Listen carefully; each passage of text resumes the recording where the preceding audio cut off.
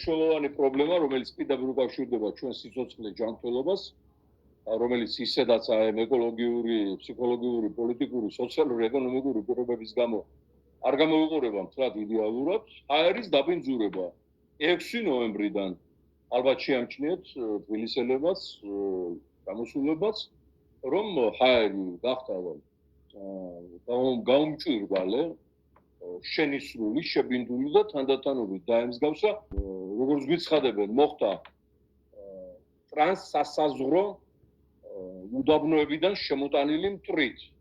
ჯერ უნდა აგვიხსნა, რომელი უდაბნოდან შემოვიდა ეს მტვერი. სანამ გამოივლის უდაბნოს იგივე საჰარა, ხო? უნდა გადმოიაროს ხმელთაშუა ზღვა, საბერძნეთი, თურქეთი, ბულგარეთი, რუმინეთი არის იქ ამგვარი დაბინძურება. არ არის ეს ოღონდ ფრანგები გამოცხადებოდა. ხო? ან თუ შუა აზიის მტვერი შემოვიდა, ბაქოში არაფერი აღარ უნდა ჩანდა.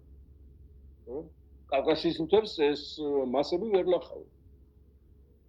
რეალურად ეს არის ყველაფერი ეს ალიევისგან შემოტანილი ტყვიანარევი, გამონაბოლქვი ბენზინი მანქანებზე, რომლითაც ხოცავენ ხალხს ფაქტობრივად განსაკუთრებით ბავშვებს, რადგან ტყვიანარევი საწვავი ტყვის შემცველი მეტრ-ნახევარზე ადის და ბავშვები ზუსტად ამ სიმაღლის არიან, მაგრამ ზევით სხვა გამონაბოლქვები კიდევ აღწევს მაღალ შრევამდე ატმოსფეროს, ხო?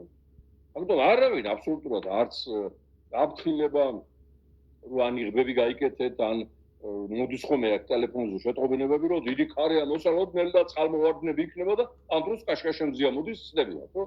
არც გაფრთხილება ტელეფონით. ნიღაბს ვერ გაიკეთებს ხალხი, იმიტომ რომ სისხლის სამართლის დანაშაულია.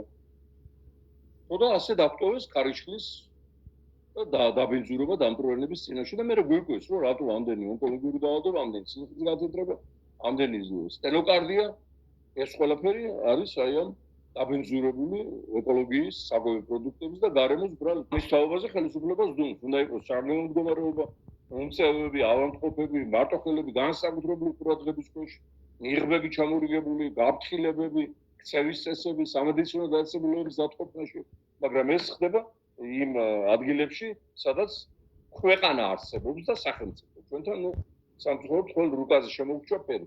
დანარჩენი ყველაფერი ივანიშვილის ჯიბის ინტერესებს და პუტინის იმპერიულ ამბიციებს ეწირება და იმედის მალე დამთავრდება.